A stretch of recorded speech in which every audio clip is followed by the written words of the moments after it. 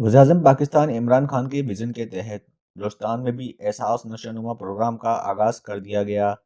लसबेला के सनती शहर हब में एहसास नशोनुमा सेंटर की इफ्तिताही तकरीब गवर्नमेंट जाम गुलाम कादिर अस्पताल हब में मुनक्किद की गई। लसबेला गवादर से मुंतखब रुकन कौमी असम्बली मोहम्मद असलम बोतानी ने तकरीब में शिरकत की। इफ्तिताही तकरीब के मौके पर इन्हें इस हवाले से मुतल्लिका प्रोजेक्ट की सूबाई प्रोग्राम मैनेजर डॉक्टर फारिया और ज़िले प्रोग्राम मैनेजर समी अता बलोच की जानिब से तफसीलात फराहम की गई। ब्रीफिंग में रुकन कौमी असम्बली को बताया गया कि लसबेला में एहसास नशोनुमा के 3 सेंटर्स रूरल हेल्थ सेंटर बेला, DHQ उथल और गवर्नमेंट जाम गुलाम कादिर अस्पताल हब में कायम किए गए हैं। कोरोना वबा असरात और ग़िज़ाई किल्लत से बच्चों को महफूज रखने के लिए इस प्रोग्राम पर अमल दरामद किया जा रहा है।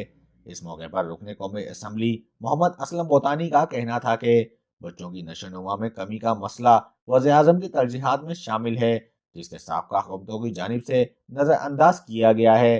ग़िज़ाई किल्लत के बायस बच्चों की ज़हनी और जिस्मानी नशोनुमा पर इंतहाई मौलिक असरात मुरतब होते हैं।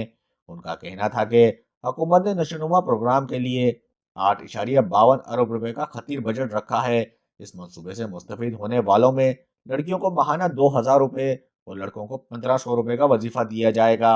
मुल्क के दीगर इलाकों की तरह बलूचिस्तान के 3 अजला लसबेला, कलात और सुराब को इब्तदाई मरहले में इस प्रोजेक्ट में शामिल किया गया है।